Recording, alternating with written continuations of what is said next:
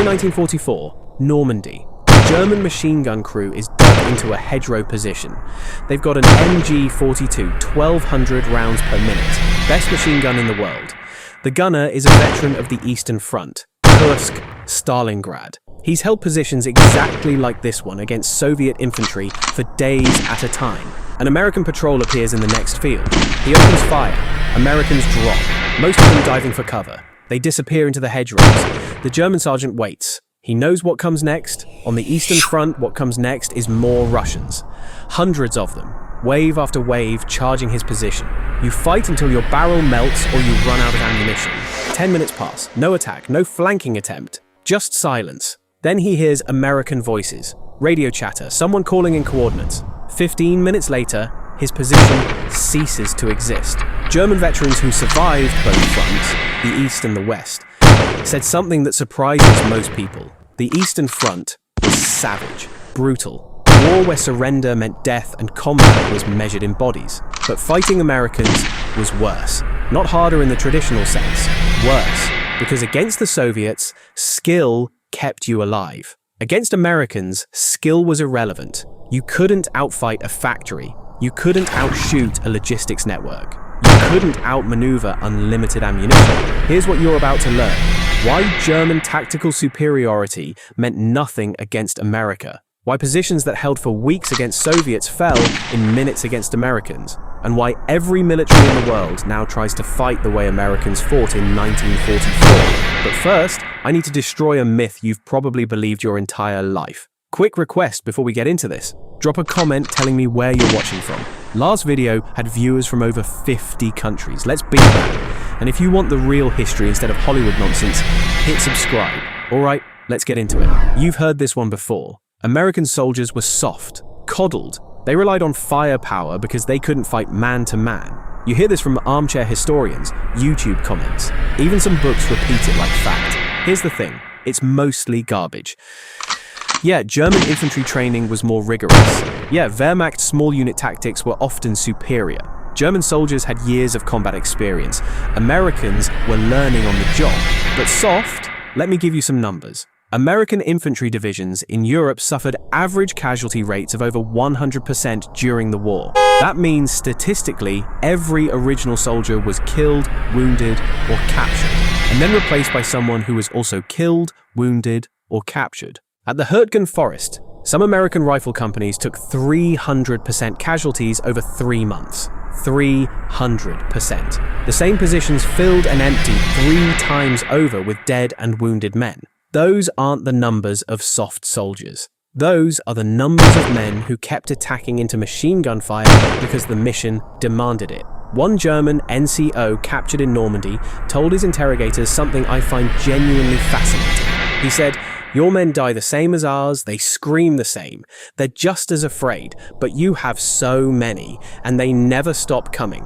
That's not softness, that's something else. Call it stubbornness, call it industrial warfare, call it whatever you want, but don't call it cowardice." Now let me show you why German skill stopped mattering. The Germans had a word for what Americans did to them. Material Schlacht, material battle, a war of stuff. Steel against flesh, factories against soldiers. Remember that, Material Schlacht, because that single word explains everything about why America won. Here's what that looked like in practice. Go back to that hedgerow position. German MG-42 crew, veteran gunner, perfect fields of fire.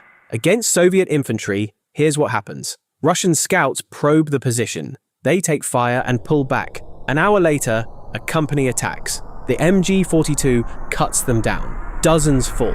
The Russians regroup and try again. More fall. This goes on for hours. Eventually, Soviet commanders bring up more men. They try to flank. They take casualties doing it.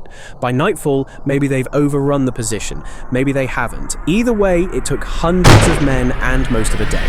That's the Eastern Front. Bloody, brutal, but survivable if you were skilled enough. Now, here's what happens against Americans. American patrol takes fire.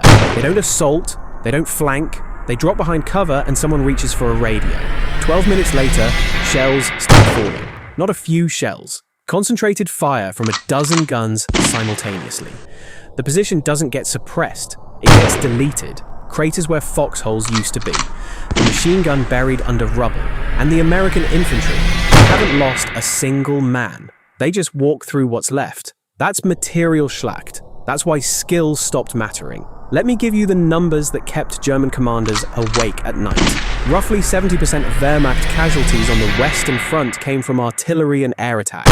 Not rifles, not machine guns. American shells and American bombs killed 7 out of every 10 German soldiers who died in France. One German officer wrote in his after-action report, and I'm paraphrasing because the original is in German, that they weren't fighting American infantry, they were fighting American logistics. And you cannot kill logistics with rifles. Some officers on our side understood this at the time.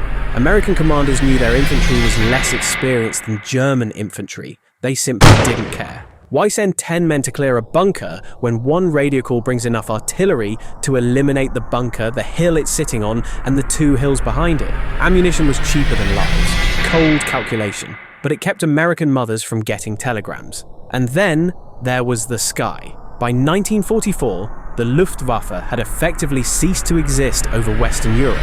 German soldiers fought without air cover while American fighter bombers hunted anything that moved. The P-47 Thunderbolt, 850 caliber machine guns, bombs, rockets, and pilots with nothing left to shoot at except ground targets. German veterans described American aircraft as psychological torture. You couldn't move during daylight, couldn't resupply, couldn't retreat. Any vehicle on the road was dead. Any group of soldiers in the open was dead. One veteran recalled hiding in a drainage ditch for 6 hours because a single American plane was circling overhead. 6 hours, motionless, waiting for an airplane to leave. That was life on the Western Front. You could be the best soldier in the world. Didn't matter if a P-47 found you. Now let me tell you about some of the men who lived through this. Heinrich Severloh was a German MG-42 gunner at Omaha Beach on June 6, 1944. His position overlooked the section Americans called Easy Red. He claimed to have fired over 12,000 rounds that morning. His own estimate, and historians debate this heavily, was that he killed or wounded over 1,000 Americans. For 5 hours, Severloh thought the invasion was failing. His machine gun barrel glowed red. He replaced it twice. Americans kept coming up the beach and kept dying. Then, naval guns found his position. Destroyers standing offshore began walking shells up the bluff toward him. Severloh ran. Most of his company didn't make it. By evening, the position that had held for 5 hours against infantry was a smoking crater. Severloh surrendered the next day. He spent years afterward haunted by what he'd done and by the futility of it. He later said, and I'm paraphrasing, that he could have killed 1,000 more and it wouldn't have changed anything. They had too many men, too many ships, too many shells. Friedrich von der Heydte commanded elite German paratroopers at Carentan. His men held the town for days against the 101st Airborne. They were veterans, superbly trained. They inflicted serious American casualties. Then American artillery and air support systematically demolished every building in town. Von der Heydte ordered withdrawal. He later described it as the most methodical destruction he'd ever witnessed. Not combat, demolition. In the Pacific, the lesson was the same. General Kuribayashi commanded the defense of Iwo Jima. He knew American firepower would annihilate beach defenses, so he did something different. He built 18 kilometers of tunnels through volcanic rock, underground fortresses, connected bunkers, the most sophisticated defensive position in the Pacific War. Over a month, his 21,000 soldiers held against everything America threw at them. They inflicted nearly 7,000 American deaths. But Kuribayashi's final letters home tell you everything. He wrote that they killed Americans constantly. It changed nothing. More always came, more ammunition, more ships, more aircraft. There was no end to it. He called it fighting a country, not an army. Almost his entire garrison died. Kuribayashi's body was never found. And here's the part nobody talks about. American soldiers were terrified too. Replacement troops arriving in France faced catastrophic odds. Some rifle companies lost half their new men within the first week.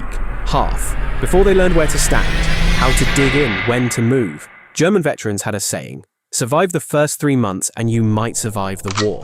American replacements didn't get 3 months. They got days. The American system that crushed German positions with artillery and air power existed, partly because American commanders knew their green troops couldn't match German quality in direct combat, so they built a system that didn't require it. The Germans had skill, Americans had shells. Shells won. But the shells existed because American boys were dying faster than they could learn to survive. That's Materialschlacht, industrial warfare. It worked, but there was a cost. After the war ended, every military in the world studied what America had done. Overwhelming firepower, complete air superiority, logistics networks that could sustain operations indefinitely. The template was set in 1945 and hasn't fundamentally changed. Korea, Vietnam, the Gulf War, Iraq, Afghanistan. American doctrine still prioritizes firepower and logistics over individual infantry skill. You can trace a direct line from Normandy hedgerows to Tomahawk missiles. German tactical brilliance became something for military academies to study. American industrial warfare became the model everyone actually copies. The Wehrmacht produced some of the finest infantry soldiers in military history, and they lost to a country that treated war like manufacturing.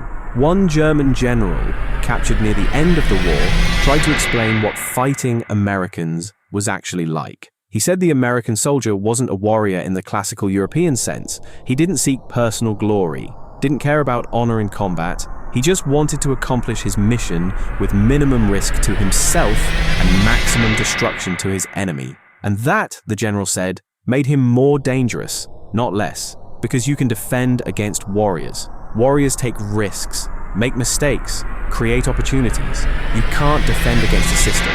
Systems don't get tired. Don't panic. Don't run out of ammunition. Every German rifleman who pulled his trigger was one bullet closer to empty.